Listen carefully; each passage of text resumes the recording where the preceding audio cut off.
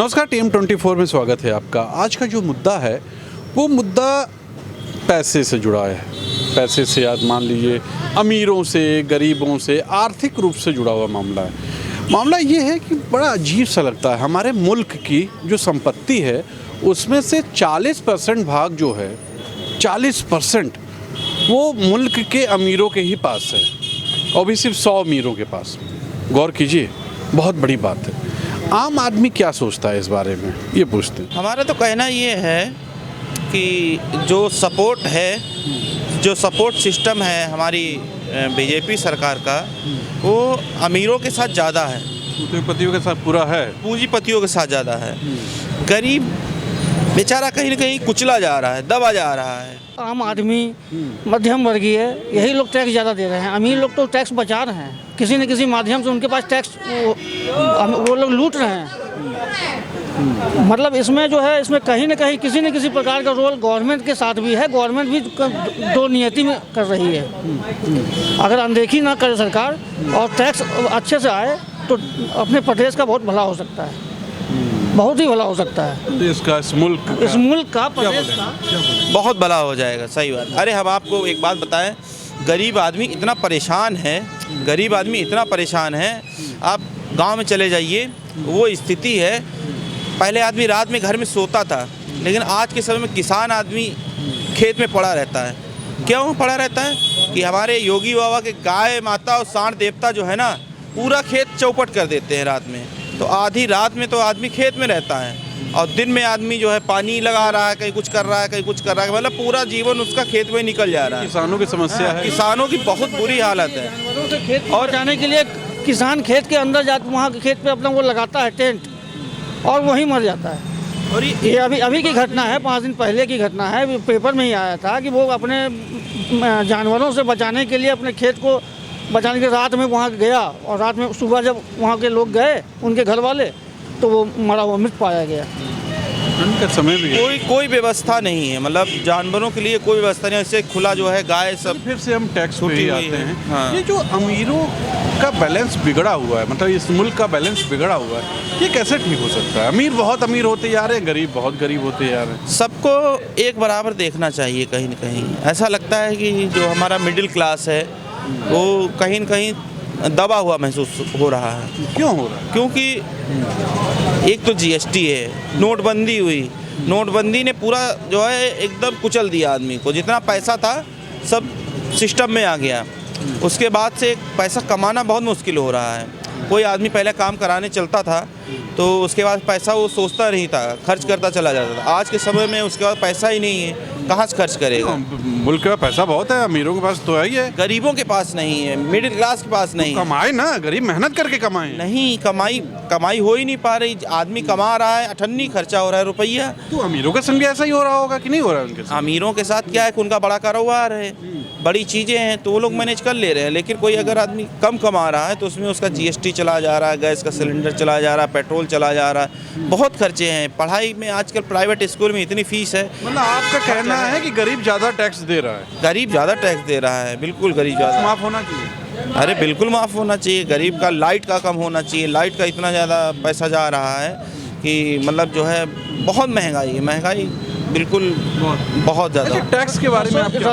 रसोई गैस, हम हर एक चीज़ पे तो टैक्स दे रहे हैं। किस चीज़ पर टैक्स नहीं दे रहे हैं? हम गवर्नमेंट को ऐसे भी टैक्स दे रहे हैं, गैस ले रहे हैं तो उस पर भी टैक्स दे रहे हैं, मोटरसाइकिल ले रहे हैं उस पर भी टैक्स दे रहे हैं। कितनी टैक्स देंगे? हम एक मध्यम वर्गीय परिवार कितना टैक्स देगा?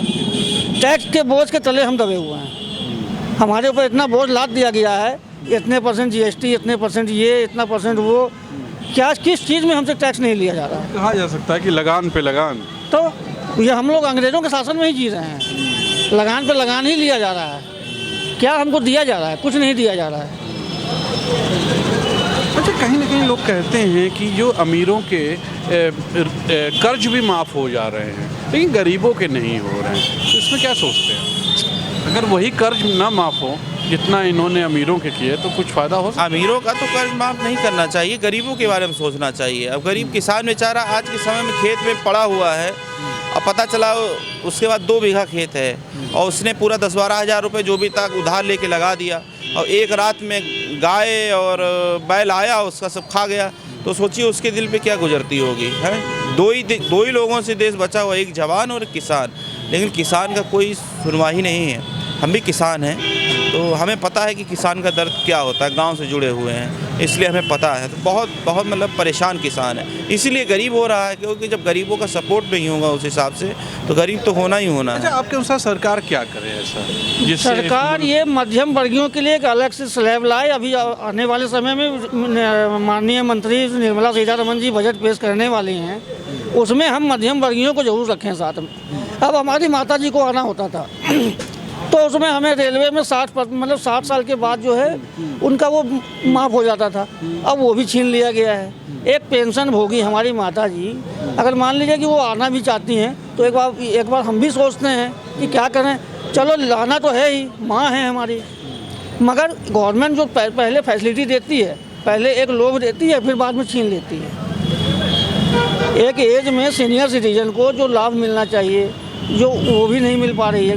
कितनी सुविधाएं जो उन्होंने यूपीए गवर्नमेंट ने दी, बीजेपी गवर्नमेंट में सब छीनी जा रही हैं। पहले था कि पहले कांग्रेस ने क्या किया मतलब कांग्रेस ने ही तो सब किया और आप उसको बेचते चले जा रहे हैं। देखिए, जहाँ तक ये जो सर्वे आया है, अभी इस सर्वे के हिसाब से अगर आप 40% जो अमीरों के पास धन दिखा रहे हैं, इसमें भी वो पूरी सच्चाई नहीं है। आपको एक धन की जो बात आपकी है, धन की बात मैं बता देना चाहता हूँ, उसका डिफिनेशन। जैसे एक रुपये को आमतौर पर आम आदमी जो आम निम्न का उसको धन मानता है। बैंक से वो लोन लेता है, उसका वो क्या बोलते हैं सिविल, एक हिडन धन देकर 5,000-10,000 रुपये का कर्जा देकर, और एक किस्त 2 किस्त अगर उसका ख़राब होता है तो उसको ये दिखा दिया गया कि आप उसके लायक नहीं है, आपका सिविल ख़राब हो गया। लेकिन जो बड़े जो आप 40% जिसको कहा, उनका सिविल रात दिन ख़राब है और वो पूर्ण रूप से दिवालिया हैं, फिर भी उनके उद्योग और धंधे को ग्रोथ करने के लिए उस पर कितनी अच्छी बात इन्होंने कही, लगातार उनको धन दिया जा रहा है। और हमारे गरीबों को और गरीब बनाने की साजिश इस सिविल के माध्यम से की। अगर आपके चैनल के माध्यम से अगर ये बात हमारी जिम्मेदार लोगों तक पहुंच रही हो तो इस पर ज़रूर ध्यान दिया जाए। अगर ये सिविल की जो कार्रवाई आम लोगों पर की जा रही है, जो हिडन धन छोटे छोटे गाड़ी पर, घड़ी पर, टीवी पर, वॉशिंग मशीन पर, इस पर लोन दिखाकर उनका सिविल खराब किया जा रहा है और बड़े बड़े अवसरों से उनको वंचित किया जा रहा है। और कहीं ना कहीं उनके माफ़ भी कर दिए जा रहे हैं पूरे लोन। जी, उनको लोन माफ़ भी हो रहा है। और हमारा लोन माफ़ हुआ तो हमारा सिविल खराब, आप कभी लोन नहीं पा सकते हैं आजीवन। तो इस पर भी ध्यान देना चाहिए। और जहाँ तक अमीर होता जा रहा है, तो बात सही है कि गरीब होता जा रहा है। उसकी इसलिए कि जो बुनियादी सुविधा है, हमारे गरीब को ऊपर आने के लिए बुनियादी सुविधाओं के लिए होना ज़रूरी है। गांव में हॉस्पिटल नहीं है, शिक्षा नहीं है, दवाई नहीं है, पढ़ाई नहीं है, ये तमाम बुनियादी सुविधाएं हैं जिससे गरीब जो 90 सैकड़ा है वो वंचित है। और वो 5 किलो अनाज के ऊपर बहक के अपनी सारी बुनियादी सुविधाएं वो खो रहा है। ऐसे में होता क्या है कि जब 40% उन्हीं के पास पूरा है तो बचा जो 60% है उसको मतलब कोई लाभ नहीं है, तो 40% वाला पूरी तरीके से वही लाभान्वित हो रहा है। सारी काम तो उसी से हो रहे हैं, जैसे बिजली, पानी, अनाज, जो भी है ज़रूरतें, जो चाहे किसान की हो, नौजवान या किसी की भी हो, इसी से चलना है। तो जब सारी चीज़ें उसी के पास हैं तो जाहिर सी बात है कि वही धनवान है, सब उसी से मतलब कंट्रोल पावर उसी के हाथ में है, वही चला रहा है। तो अगर सब में मतलब हर चीज़ थोड़ा थोड़ा सब में बांट दी जाए तो सबको राहत हो जाए। ऐसा तो संभव नहीं है, वो संपत्ति उन्हीं की है। अब वो स्थिति तो रही नहीं राजा वाली कि राजा का सरकार ले ले फिर वो चलाए। अब उनकी मेहनत की कमाई है, बड़ी मेहनत किए हैं वो उद्योगपति लोग। आप लोग बड़ा आरोप लगा देते हैं, ऐसा कुछ है नहीं। नहीं, मेहनत की कमाई की बात नहीं है। अभी टीवी इंटरव्यूज़ में चल रहा था, कुछ नेता कांग्रेस के भी थे, कुछ बीजेपी के थे, सारे नेता अपने अपना राय दे रहे थे।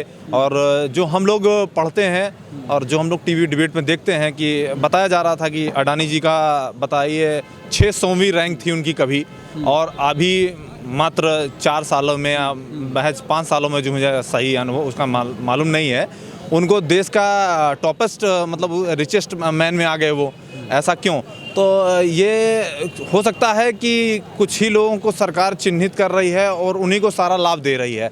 ऐसा नहीं होना चाहिए, वरना अगर ऐसा होगा तो वो जैसे चाहेंगे वैसा वो चलाएंगे और इससे नुकसान लगभग सभी का होगा, लगभग सभी का होगा। कुछ ही लोगों को फ़ायदा पहुंचाने के लिए हम सबका नुकसान कर रहे हैं, सीधी बात है।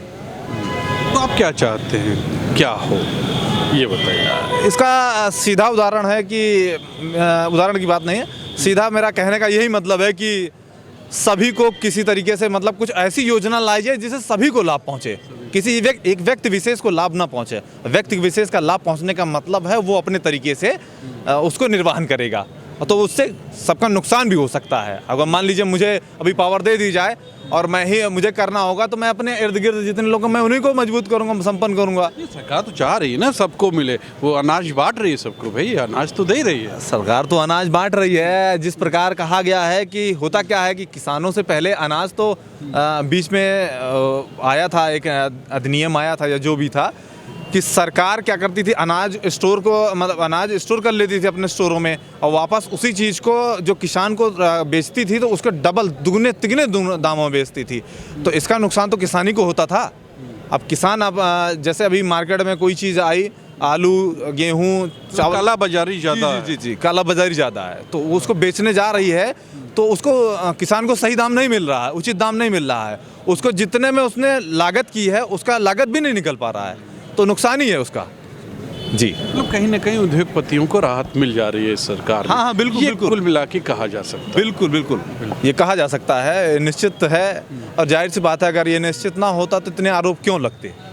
जी देखा आपने, सीधे तौर पर ये युवा हैं, इनका कहना है उद्योगपतियों को राहत ज़्यादा दी जा रही है, इसी वजह से उन पे आरोप लग रहा है। क्या जी, मैं इतना तो नहीं जानता कि 100 अमीरों के पास में है, लेकिन हिंदुस्तान में अमीरों की गिनती बहुत ज़्यादा है, तो फिर गरीबों की तो फिर 25 गुना ज़्यादा ही होगी, और ज़्यादा ही होगी बल्कि। हाँ, यूपी गवर्नमेंट के बारे में अगर आप ये कहें, अगर यूपी गवर्नमेंट के अंदर योगी जी की सरकार इतनी सख्ती कर रही है कि हद से ज़्यादा, और जो कि प्रशंसनीय है, मगर लेकिन एलडीए डिपार्टमेंट हो चाहे आरटीओ डिपार्टमेंट हो, जो मैं उससे संबंधित काम करता हूँ, आरटीओ से संबंधित, लेकिन अधिकारी बड़े भ्रष्ट हैं, वो खुद रिश्वत ना लेके अपने ब्रोकर उन्होंने लगा रखे हैं। मतलब एक तरह से कहा जा सकता है कि इस मुल्क में रिश्वत खोरी खत्म नहीं हुई है, वो ख़त्म ना हो पाएगी।